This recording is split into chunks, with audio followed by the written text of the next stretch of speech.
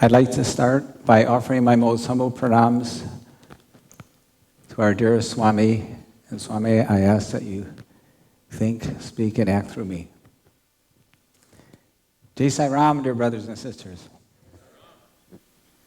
I'm going to walk over on the side here and see if my computer is set up here. It looks like it is.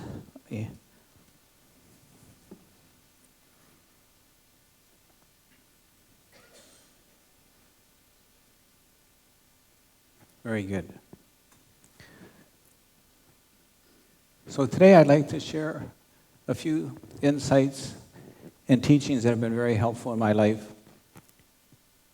And so I will start with what I consider to be the most important teaching of Swami, which we've used for the communication module. And for those who haven't seen this picture, I'd like to share how this picture came about. It looks like it might be photoshopped. And it's not. Many years ago, Swami was talking to his students, and he said, I'm going to teach you about loving communication.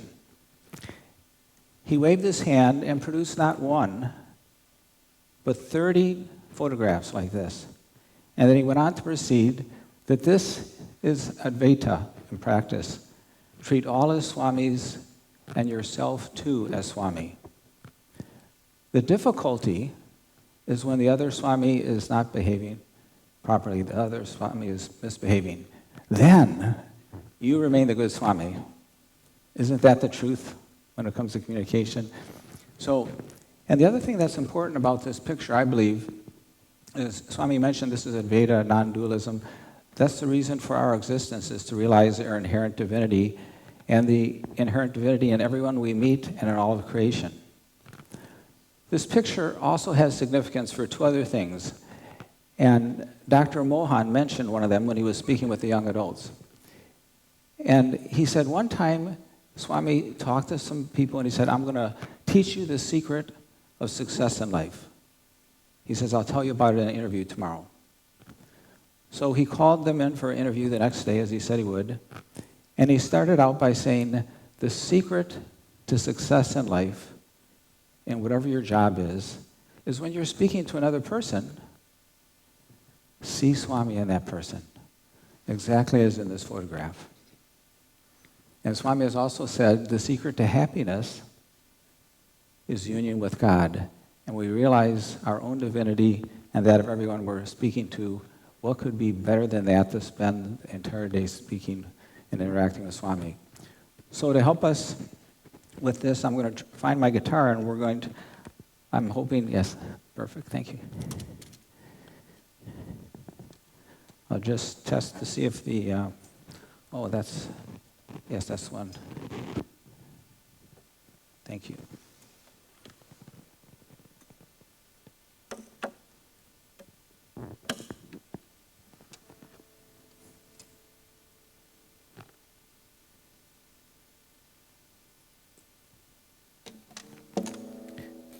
Just going to test. This sounds like the sound for the guitar is coming through. Okay, I'd like to start with the group song, and I'm not sure how many of you are familiar with this. It's a pretty simple song, so we're just going to sing it together in unison, and we'll do it in the spirit that each one of us has something to work on. And as Leonardo Guter has mentioned, the best thing we can offer Swami is to develop the virtues that he's talked about, and also to eliminate some of the things that aren't so good, like getting angry, criticizing others, and fostering smiling as always. So whatever Swami would like each of us to learn, let's open our minds and hearts to our dearest Swami and ask him to teach us that so that we can put it in practice in our daily lives. So let's sing together. This will be unison. We are opening up in sweet surrender to the luminous love light of the One. We are opening up in sweet surrender to the luminous love light of the One. We are opening. We are opening. We are opening. We are opening. We are opening up in sweet surrender to the luminous love light of the One. Thank you. You all have beautiful voices. Thanks for joining. And I also want to thank everyone for the great honor to be with all of you and have your wonderful satsang and just being with you and having us all focus on Swami. And I also like to just compliment everyone who put this program together. The devotional singing was so inspiring, awesome. It was good to be reminded about the history of the bookstore, what a blessing that is, and all the wonderful singing. Is it Devi and Kiran that sang the beautiful songs for us? Yes, beautiful, beautiful. So I'm going to talk about what Swami has said about the mother. Swami, and also in the scriptures, it said, adore the mother, the father, teacher, guru, and guest as God.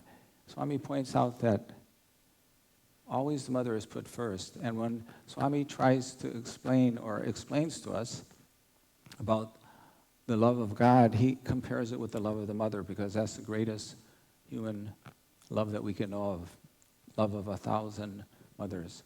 So we owe everything to our parents, our dear mother and father, and Swami says we can never really repay that debt and that we should always honor and love them. And this is a picture by way of my dear mother who just celebrated her 90th birthday, and I can't thank her enough for all the spiritual guidance she has given me throughout my life and continues to guide me. And also thanks to my father who has passed on some time back. Swami once said this quote, always make your mother happy and do not do anything to cause her pain. We can never be happy unless we make our mother happy. Now, in order to honor our dear parents, this is a beautiful song that talks about the love of our parents, and it would be nice if I can hear your beautiful voices again to sing along with me in unison. It's called I Am One with the Heart of the Mother. I am one with the heart of the mother. I am one with the heart of love. I am one with the heart of the Father. I am one with God. One more time together. I am one with the heart of the mother. I am one with the heart of love. I am one with the heart of the Father. I am one with God. Ave Maria, Kyrie eleison.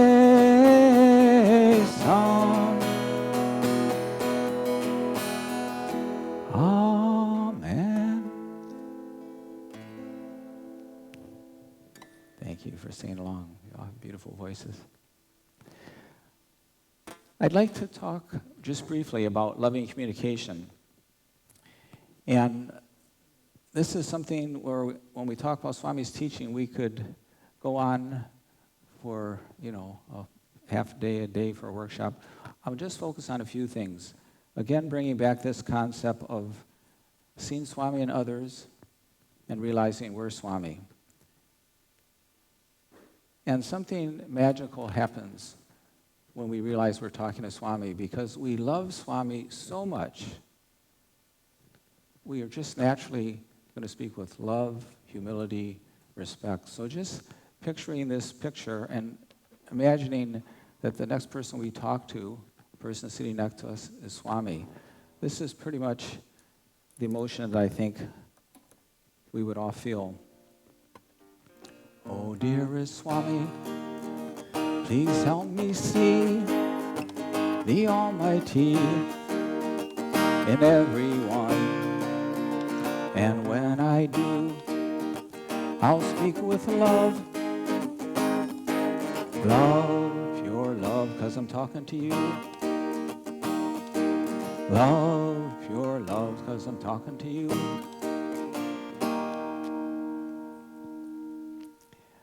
Now, the other side of the equation, one side is us recognizing Swami and the other person. The other side is realizing that we ourselves are Swami. And for me, that's a little bit harder because I know about all the faults and things that I have, so it's harder to remember and realize that I'm God. However, Swami says each and every one of us should be repeating over and over again, I am God, I am God, I am no different than God. And a number of years ago, in the late 1890 or 1990s, Swami gave us the 5 proclamations. And this is what he said before he gave us this proclamation. He said, if your intention to experience Brahmananda, the Sat Chit Ananda, is sincere, then keep ever in your mind what I'm about to tell you. And then he gave us the 5 proclamations and said we should say these every single day and keep it ever in our mind. The first one is, I am God, I am God, I am no different than God. The second one is, I am the indivisible, the absolute supreme. The third is, I am Sat Chit Ananda Swarupa, which is, I am being, awareness, and bliss. And then the fourth one is, I am ever content, fear can never enter me. And the fifth is, the fourth is, grief and anxiety can never affect me. And the fifth is, I am ever content, fear can never enter me. He also said, utter Om Tat Sat, which is the threefold manifestation of God. And fortunately, all these are in a song that I think most of you have heard before. However, what I did is I added Swami's exact words, so some of the lines have changed a little bit, and I thought what we can do on this one is sing a call and response. We'll just go through it one time, just to help us remember that we are also, each and every one of us, God. And we'll repeat Swami's 5 proclamations in the form of a song. I am God, I am God, I am no different from God. God, I am God, I am no different from God. I am the indivisible, the absolute supreme. I am the indivisible, the absolute supreme. I am Sat Chit Nanda Swarupa. I am Sat Chit Nanda Swarupa. I am being, awareness, and bliss. I am being, awareness, and bliss. I am Om Tat Sat Om.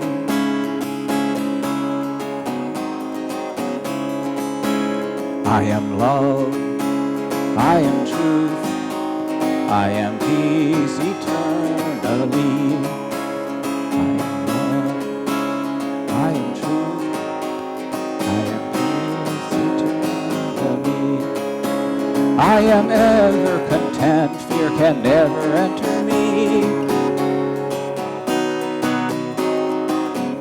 Grief and anxiety can never affect me.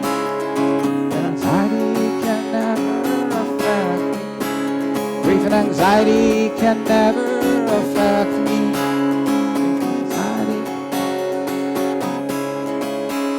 I am Om Tat Sat Om.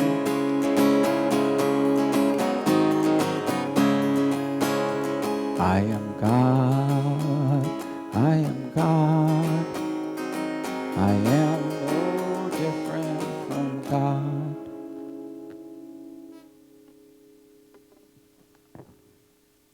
Now, remembering God is not always easy. Just going to set my guitar down. Let's see, I'll bring.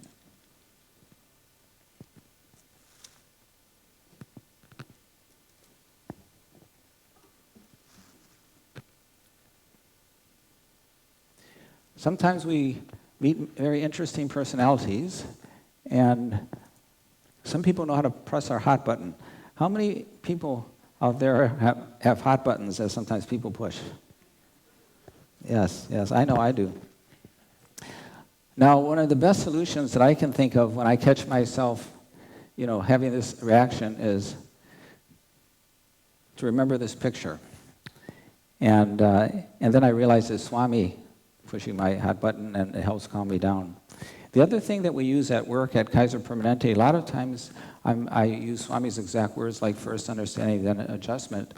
And another way of putting that a lot of the doctors understand is when someone pushes your hot button, first understanding, then adjustment. Sometimes I tell them that. The other saying that they like is get curious rather than furious. So when someone, we get upset, to first get curious and try to understand that person better. And remembering that we're talking to divinity is another big blessing to help us. Now, basics of communication. First, I want to thank Gene Massey because he reminded me of something. He asked me if I was going to talk about the communication workshop, and I said just a teeny bit. He says, make sure you tell him this, and I agree with Gene. This is one of the most important things. Swami says, help ever, hurt never. So we really want to do everything we can not to hurt any person in any way we communicate. Because if we hurt another person by unkind word, it can fester for a lifetime. Swami said if we slip and break our ankle or our foot, it'll heal in a few months. Unkind words can fester for a lifetime. So we have to remember that applies to everything, including email. So in email, sometimes we try and work out problems and difficulties. And what happens? Things get worse. It's so much easier on a computer screen to type out all these things that aren't so nice because we're not facing the person, right? And it causes all kind of problems. And the best way to resolve that is to talk in person. And when we do, and we're face-to-face with someone, we just are naturally much more polite. We have all the body language, and it just works out much better. So the next time we're getting ready to send off an email that might have something negative, something hurtful, something where we're trying to quickly and efficiently resolve a conflict by email, text message, WhatsApp, it just doesn't work. It's always best to try and do it in person. And if we can't do it in person, of course, we can do it on the phone or by Skype or FaceTime. It's just doing it in a more personal way where we can see and hear the person. So thank you, Gene, for that reminder.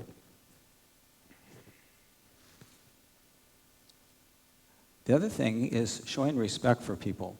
And there's many different ways to show respect. One of the best ways is the simplest, is we can just listen patiently to what the person is saying. Listen with love, listen patiently, and try and understand what the other person is saying. Now, there's another thing. This type of thing happens throughout the day. We'll be brainstorming with people, and one person will say one thing, and the next person will say, yes, but, and then they'll go on. And this is a hard habit to break, and so if we just try to make a little bit of improvement, maybe 10% per week, just have this consciously. I know that when I'm talking to someone and I give an idea on, for example, how to improve patient care or anything, and I think it's a pretty good idea, and then the other person says, yes, Joe, but, and they didn't think much of that idea, right?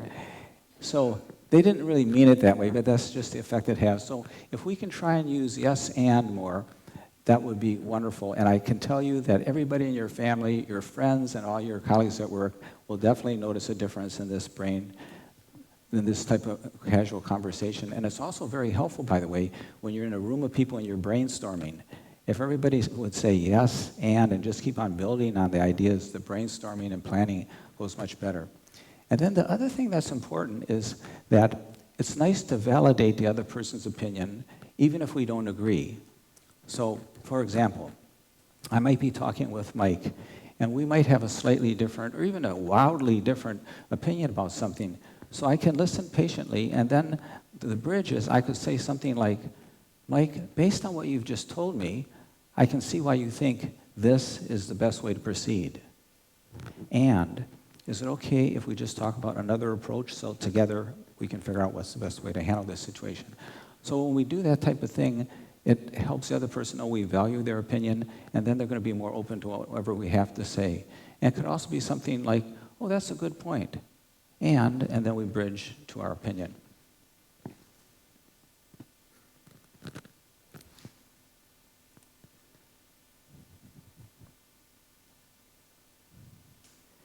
Now, these are two of Swami's most helpful sayings that I think we all know, and I'm going to talk a little bit about how we can put that into practice. You cannot always oblige, but you can always speak obligingly. We can't always oblige when someone asks us for something. However, we can always speak obligingly. For example, let's say that someone asks me to do something and I can't do it. It's nice to get curious and also practice Swami's teachings, first understanding, then adjustment. If I know what you're asking for or what you're trying to accomplish, and I get curious, I ask you a few questions, I might find another way I can help you. So instead of saying, no, sorry, can't help, and leave it at that. Once I find out what you really need, I might be able to say something like, I wish I could do whatever you asked for, and what I can do is, I may have figured out another way to help them, even if it's referring them to another person. So there's many ways that we can put this into practice. Now the next one is a very, very helpful one, and this one is first understanding, then adjustment. To the best of my knowledge, the first time Swami talked about that was with Robert and Rita Bruce, and he was talking to them in an interview and trying to explain about loving communication between husband and wife. And I think that, of course, not only does that apply to husband and wife, it applies to everyone with loving communication. So just give you an idea of how this can play out. There's many different ways. Swami tells us first we should listen very carefully so we understand the other person before we respond. And he went on to say that most of the time we do just the opposite. Someone talks for a few seconds, we interrupt them, and then we start giving them advice commonly. So if we can just try and listen a little bit more patiently, it'll be so much easier to come to some common agreement and make adjustments to each other, whether it's in marriage or at work or in whatever your work is. I'll give you an idea of how this plays out. There's, as was mentioned before, I've had the blessing of helping at a free clinic, which is going to be celebrating our 13th anniversary. Actually, we finished 13 years this coming January the 8th. And so we have a lot of patients that come there, and you know, they're all types, just like in any clinic or hospital. We have one particular person who, whenever he comes to the clinic, he's always angry about something, and people at the front usually tell me, we don't know what to do with this guy, he's causing so much disruption. So I'll go back and I'll just sit down with him and I'll ask him how he's doing. And all I do is put my hand on his shoulder and say, tell me, I won't use his name, Mr. So-and-so, please, how can we help you? And I just listen to him. That's all I do. And automatically he just calms down because someone's finally listening. So just actually 2 weekends ago, the same thing happened, and I happened to be in the middle of seeing a patient, so I couldn't go out and talk with them. So one of the volunteers asked me, they said, what are we supposed to do? He doesn't do this, he doesn't do this, he's causing so much trouble. I said, please go there and just try and understand him from his perspective, okay? Forget about what he's done so far. Just be loving and kind, and just sit next to him in a quiet place where, you know, you have a little bit of privacy, and just sit down and find out what's happening from his perspective, and then you'll probably figure out the best way we can help him today. And the person came back and talked to me after I was finished seeing the patient, and he said, wow, what a great thing. This first understanding, then adjustment really works great. Everything, you know, the guy calmed down just like he had with me in the past, and so just simply listening to someone, showing them that we care, is all that we have to do. I'm not sure, I can't really see any of you, I can just see the spotlight, but anyways, I'm curious how many of you can raise your hand, even though I might not see it. How many of you know the Pink twins from Australia? Okay, it looks like quite a few, at least where I can see. There are two lovely ladies, they both passed on from physical form. Swami loved them very much, and he would give them lots of advice. And one of the advice that he gave them regarding these difficult conversations or difficult situations where we're not really sure what to say is he told them, when you put enough love into any situation, no matter how difficult it is, it will always come out good in the end. And I can tell you, dear brothers and sisters, that has happened to me many times. I've been in a situation where I just didn't know what to say next, and I tried everything I knew. And so I would just pray to Swami inside. I'd say, Swami, please help me. I don't know what to say. Please speak through me. Help me love this person and help me work through this difficult situation. And I can tell you that without exception, Swami has always come to my rescue and has spoken through me and helped me work it out just basically on love. And I can guarantee Swami will do that for each and every one of us.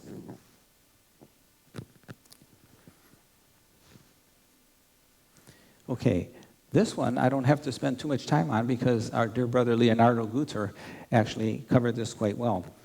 And I agree with him completely. We should all work on not criticizing others. And I'll give you actually some reasons why we shouldn't do that, which many of you know. However, it's helpful just to go over that. When we criticize another person, what should we be thinking? As soon as we catch ourselves, oh, even if it's just a thought, I haven't actually expressed it. Well, this is what Swami has said. When we're seeing faults in others, we should be thinking, what about me? Because Swami has given this example on numerous occasions. When we point our finger at someone, which is what we're doing when we criticize, guess what? There's 3 fingers pointing back at me. And he said we should ask ourselves, not just once, twice, but thrice, do I have this in me? And oftentimes we do, as Swami says.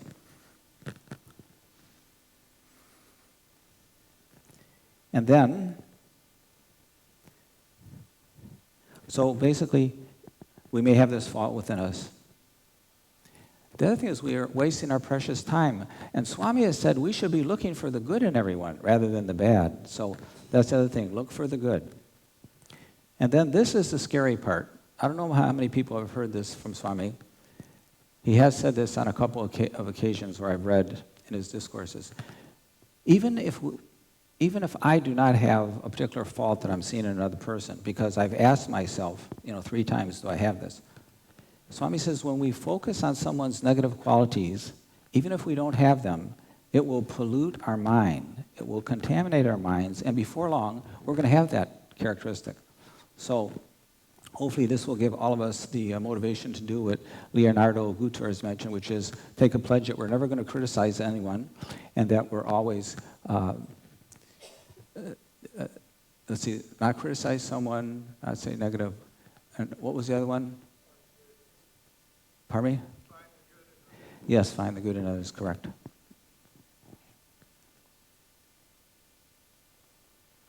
Okay.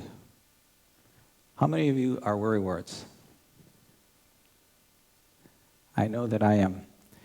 I think most of us are to one extent or another, and Swami has had a lot to say about this.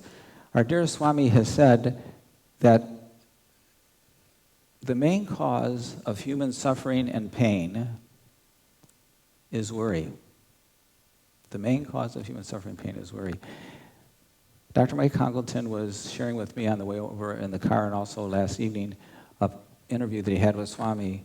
And Swami told him, you worry too much about your family. You worry too much about your job. Basically, let Swami handle this.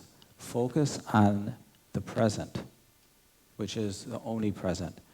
And Swami has said this on numerous occasions to many people and in discourses. It's the omnipresent. Why? Because what's happening right at this second is a result of all of our past actions. The fact that we're here celebrating on this wonderful occasion with music, discourses, catching up on what's going on in this organization is all because of all of our actions previously. Furthermore, this is the seed. Whatever we're thinking and doing is the seed of what's going to happen in the future. So Swami says, if you want to have a good future, just focus on the present, do the best you can in the present. The future will naturally unfold. Another reason not to worry is Swami says, when you worry about things, how many things that you actually worry about come true?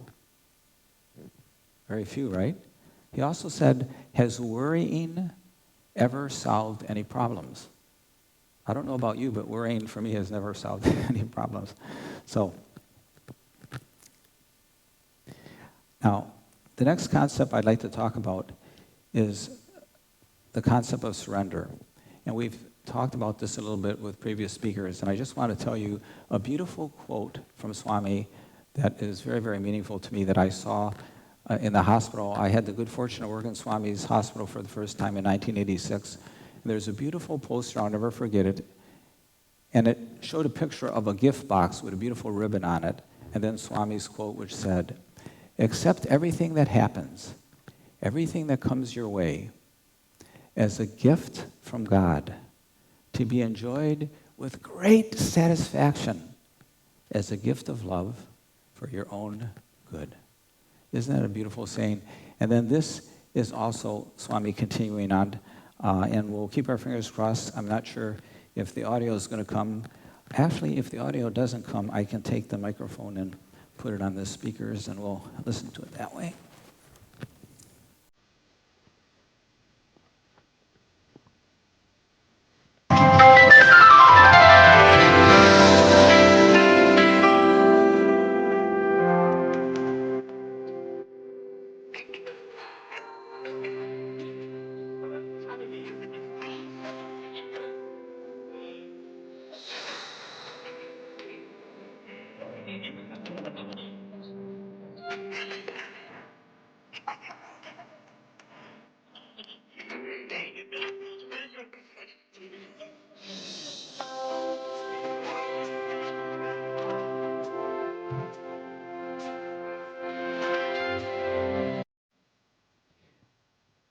I'm not sure exactly what happened there. Was it possible we were playing a different video? Or, anyways, fortunately we had something happen with the sound. I'm not sure, and that's okay. That's all Swami's wish. Anyways, whatever Swami was saying was in the small print, so you can see that.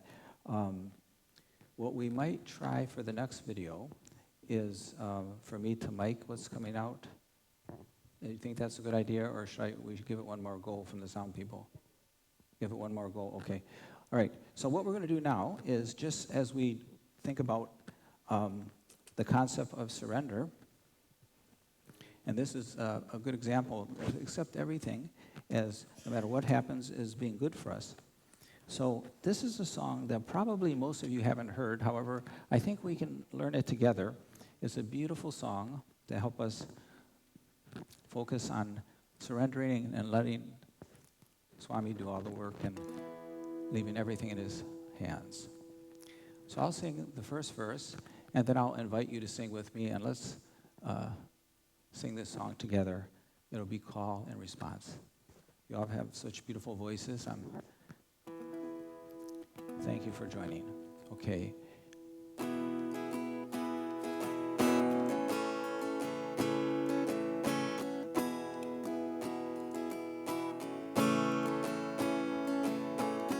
Into your hands I lay my spirit.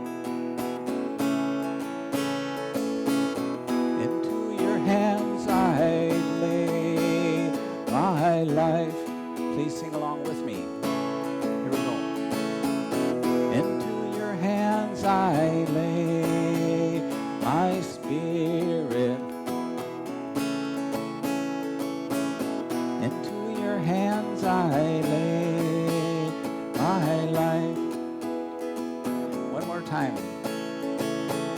Into your hands I lay my spirit. Into your hands I lay my life. Okay, now I'm going to sing the second verse. Into your hands into your hands into your hands I lay. Into your hands I lay my life. Please sing along with me. Into your hands into your hands I lay. Into your hands I lay more time, second verse. Into your hands into your hands into your hands I lay. Into your hands I lay my life, my life, my life. Okay, thank you for singing along. I'd like to tell you a story about how Swami has helped me understand this concept a little bit better. I used to think that the surrender business was mainly for the big ticket items and, that I can handle other things. Well, Swami showed me otherwise this week. I just got back from India, from being in Prashanti Nilayam, and I got back Monday. So Tuesday, I was making out my usual to-do list so I could do all the errands. And I got this idea that instead of putting Joe's to-do list, I put Swami's to-do list. And I'll tell you, a magical thing happened that I've never had happen to me before. I had so many things on the to-do list, I didn't think I could accomplish it in one day, but I thought I would give it a start. And remember, I'm kind of groggy, jet-lagged, not thinking clearly. Well, I started driving the car, and I was hitting nothing but green lights. I walked into stores, and like the manager was there to greet me and help me. I mean, I've never been so efficient. Within just a few hours, Swami's to-do list went from everything down to nothing, and he also reminded me in the course of doing all these errands of a bunch of things I had forgotten to put on the to-do list. So anyways, I encourage all of you to let Swami guide, we should all let Swami guide our life in everything from the big ticket items that we're really having a hard time with to everything. And I think that we actually do this a lot more than we think, because I know a lot of you do this prayer at the start of the day. O Lord, I am now born from the womb of sleep.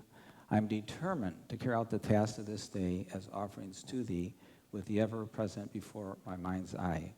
Let my words, thoughts, and deeds be sacred and pure. Direct me and guide me this day. That's surrender. And that's the way a lot of us start the day.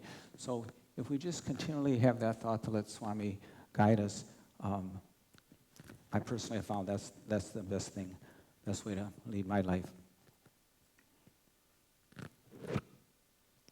Okay, so we'll keep our fingers crossed, and we'll just see what happens on this one. This is another beautiful one, and this focuses this little clip on how to enjoy every moment and live in the present, which we started to talk about already. And Swami will talk about the youth being lucky, and I want all of you to consider yourself youth, because you're young at heart. And Swami also gave a definition of youth to Dr. General Chibber, who wrote Swami's Mahavakya on leadership. He said, youth is the unwavering determination to control the senses. So for anyone at any age, if we have that unwavering determination, we're considered youth. Anyways, this message is, I think, for all of us. And I'll pray to Swami that we can hear the video. It's a beautiful clip.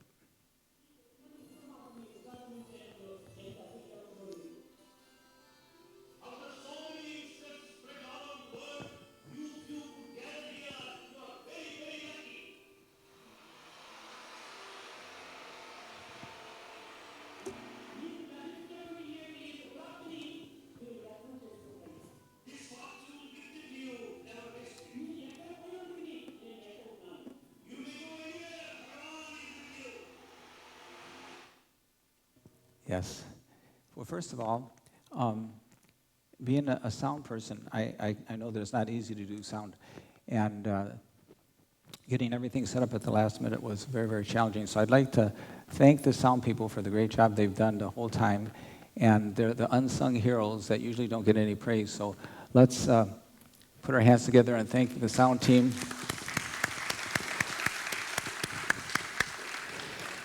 And thank you for all the good work you do, because whenever we have a retreat and watch Swami videos, we wouldn't hear anything unless you all were doing such a great job. So thank you all for doing that. And thank you also, Jean, for doing the videotaping.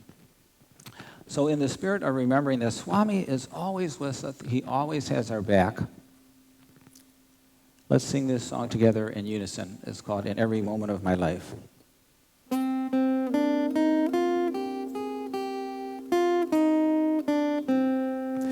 In every moment of my life, please be with me.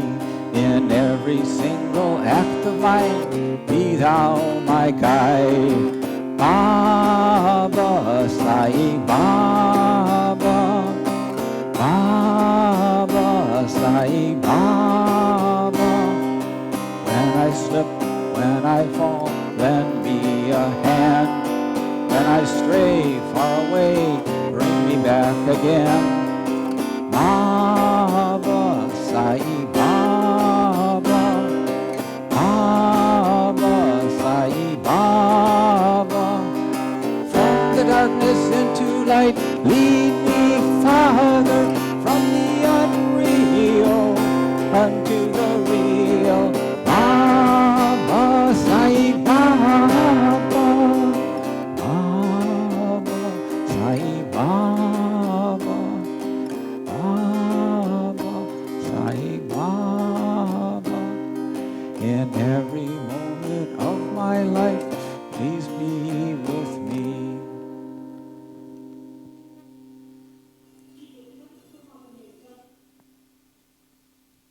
Okay. The next is Swami's teachings on communication. And basically, Swami is our role model, and we know that whenever he talks, we see it in his voice, in his emotion, his body language.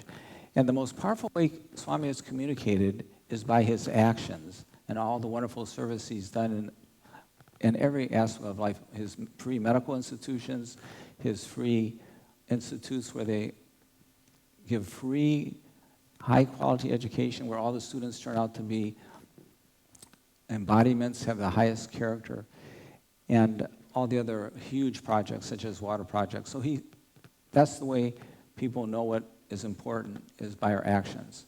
And Swami has demonstrated this all throughout our life. There's some words that are very, very important. People may forget what we've said and what we did, but they will never forget how we made them feel. So let me tell you a story about how this works out. And this was, by the way, a philosopher by the name of Maya Angelou from St. Louis, Missouri. 40 years ago, I went to see a doctor when I was an undergraduate, and I can't remember why I went to see her or even what she said or did for me. However, I will always remember how she made me feel. She walked into the office and she had a beautiful smile on her face, like she knew me for ages, and it made me feel so good. I thought, oh my God. And so 40 years later, I can still remember her beautiful smile and the way she made me feel.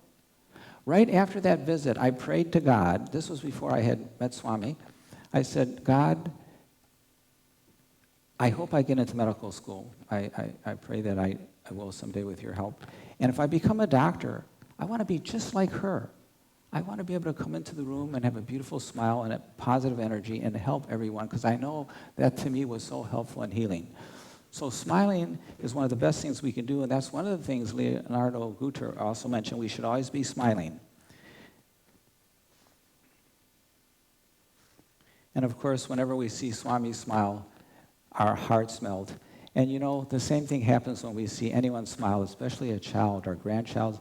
A child smiles and the whole room lights up in joy. So in the spirit, I think most of you are familiar with Swami's light meditation, okay, where we have the light inside and it goes to different parts of our body. And then eventually this divine light, which is our divine love, we spread it out to everyone, all of our friends, relatives, even the people that are, you know, we may not care for. We just shower the love all over the world, all over the universe. So in this, and Swami has also said on a number of occasions, we should spread our divine light and love all over the world and be beacons of love. So with this in mind, let's sing together a song that I know all of you know, called This Little Light of Mine, as we think about how during and after this meeting, we're going to shower our love with each and every person we meet.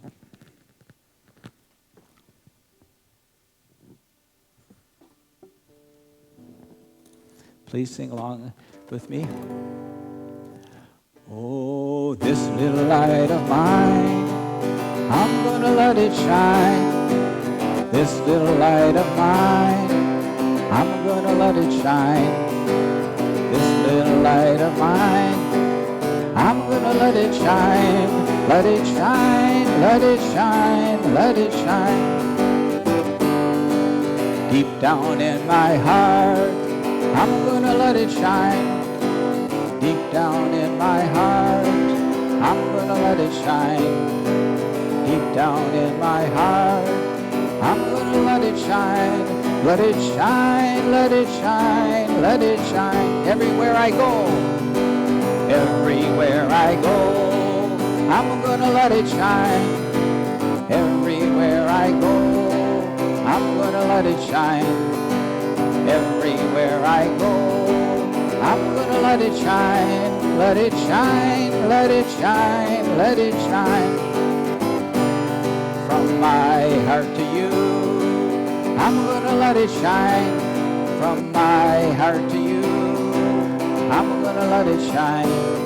From my heart to you, I'm gonna let it shine. Let it shine, let it shine, let it shine. One more time, this little light of mine, this little light of mine, I'm gonna let it shine. This little light of mine, I'm gonna let it shine. This little light of mine, I'm gonna let it shine. Let it shine, let it shine, let it shine. Let it shine, let it shine, let it shine. Let it shine, let it shine, let it shine. Thank you very much. Beautiful. Okay, I have just a couple more things. However, I wanted to check in time-wise. So I'll ask Marilyn. I think I have probably about 5 more minutes, but I can stop right now if...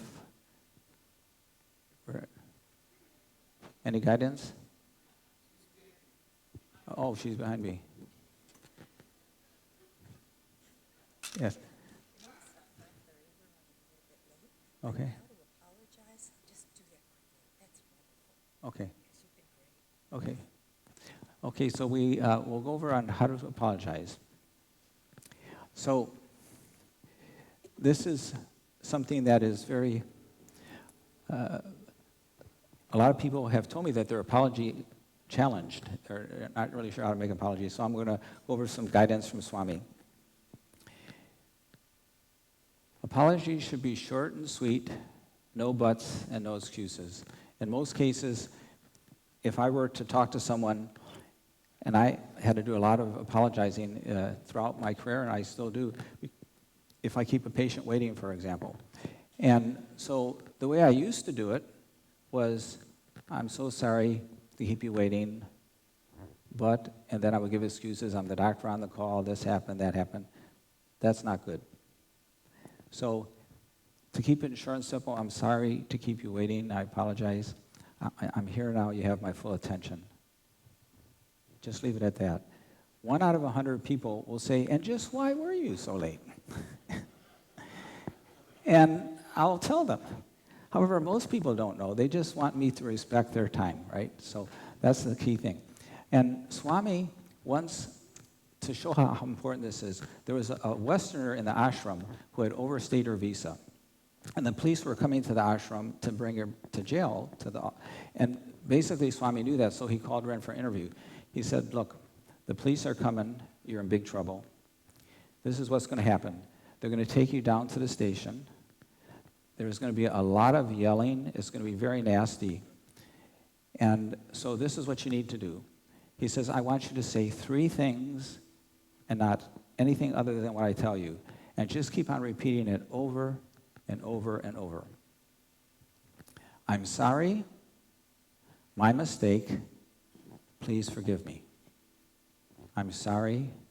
My mistake. Please forgive me. Swami was absolutely right. When she got to the police station, it was very ugly. They were yelling and screaming at her. However, she did remember exactly what Swami said, and she kept on repeating, I'm sorry, my mistake, please forgive me. And finally, after some time, they just gave up. They couldn't. And, of course, she didn't get off the hook completely. She was deported. However, she didn't go to jail, so, some good came out of that. So we should remember that. Now, there's a few caveats here. Sometimes, I don't know about you, but sometimes I've gotten people upset and I don't know exactly why. So it's okay to clarify. So if you did something where your husband or wife is upset and you're not exactly sure, most of the time we know. However, you might have to ask, honey, what did I do that that caused you to be upset? So sometimes we have to clarify. And then the other thing is, this apology will work in most situations. However, let's say that I have made the same mistake again for my friend, my colleague, or my wife. And I just say, I'm sorry, my mistake, please forgive me. And I've done it 20 times. Now, what is the chance that my wife is going to believe me?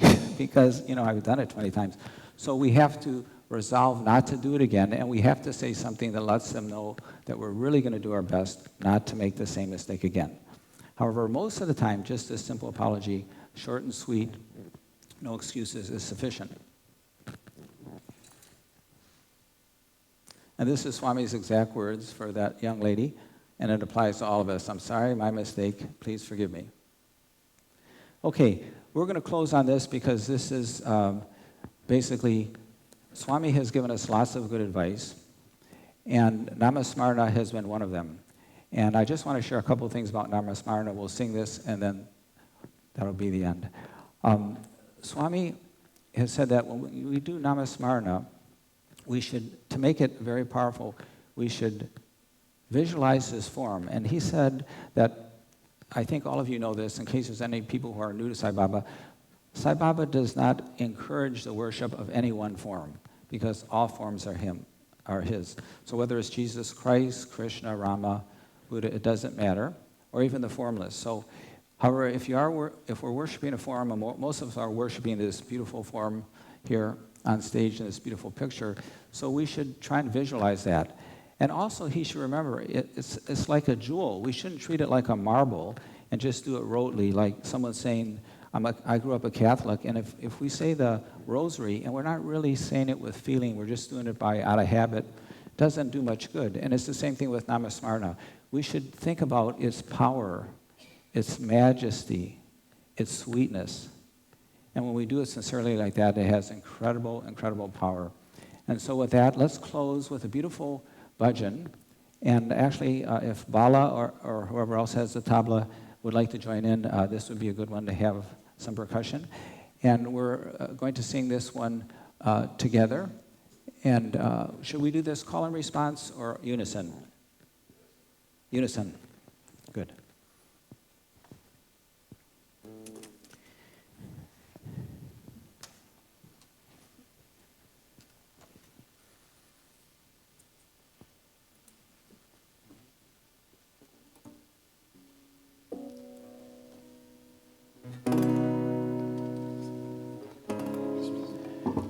My heart is beating, Sai Ram, Sai Ram.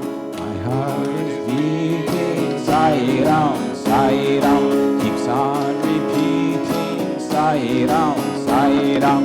Keeps on repeating, Sai Ram, Sai Ram. Sai Ram, Sai Ram, Sai Ram, Sai Ram. Sai Ram, Sai Ram, Sai. Sai Ram, Sai Ram. Sai Ram, Sai Ram, Sai Ram, Sai Ram, Sai. With every breath of mine, so hum, Sai Ram. With every breath of mine, so hum, Sai Ram. For speech and action, Sarvam, Sai Ram. For speech and action, Sarvam, Sai Ram. My soul eternal, Atma, Sai Ram. My soul eternal, Atma Sai Ram. My bliss eternal, Ananda Sai Ram. My bliss eternal, Ananda Sai Ram. Sai Ram, Sai Ram, Sai Ram, Sai Ram, Sai Ram, Sai Ram, Sai. Sai Ram, Sai Ram, Sai Ram, Sai Ram, Sai Ram, Sai Ram, Sai. Sai Ram, Sai Ram, Sai Ram, Sai Ram, Sai Ram, Sai Ram, Sai. My heart is beating, Sai Ram, Sai Ram. Thank you all for your kind attention. Thank you, Swami.